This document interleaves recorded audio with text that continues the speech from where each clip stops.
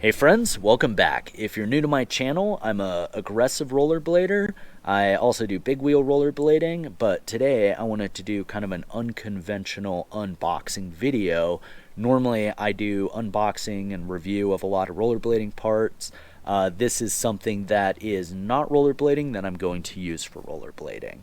So I am going to do an unboxing of the G-Form Pro Rugged elbow and knee pads.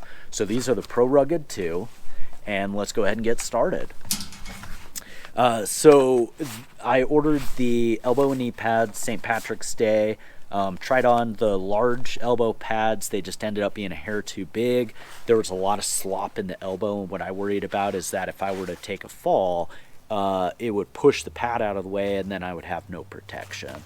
So I traded it in, got the mediums, and these seem to fit a lot better.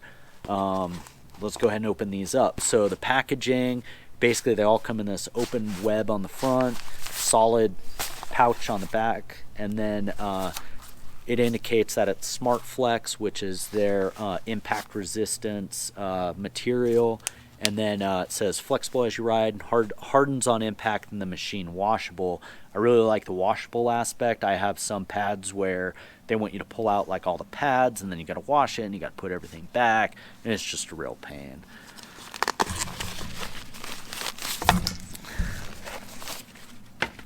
So I ordered the blue version, and blue is my favorite color. I really like the neon green.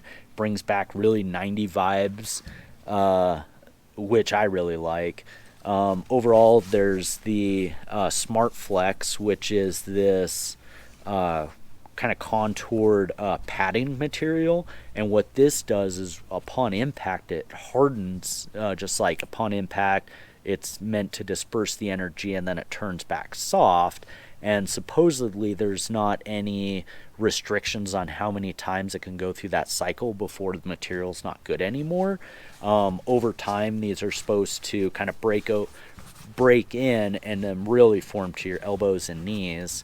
On the inside of these, there's a layer of padding with the fabric that's installed over it, and then on the outside of this there's this like abrasion resistant material to help keep the pads from tearing apart. That's the elbow pads, and then let's go ahead and open up the knee pads.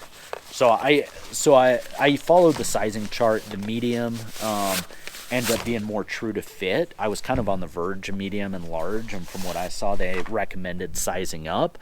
But since there was a lot of slop with it, I sized down thinking they'd probably stretch out a little bit, and so we'll just see how that goes. The knee pads are basically the same. On the bottom part of the elbow pads and knee pads, they have this like rubber grip. The knee pads have this like extra shin protection, which I was intrigued to see because I skate a lot of low flat rails. So I'm curious to see if that'll offer some protection there where you don't have to wear shin guards. The top of the elbow and knee pads has this really vibrant gripper material. So basically this will sit about 8 inches above the kneecap and cinch around the thigh, and then that's supposed to hold it in place. I've got relatively big thighs just because I've always done sports that require a lot of legs, so like running, cycling, skating. So curious to see how that'll be. But I was looking for something a lot less or a lot lower of a profile than the bulky skate pads.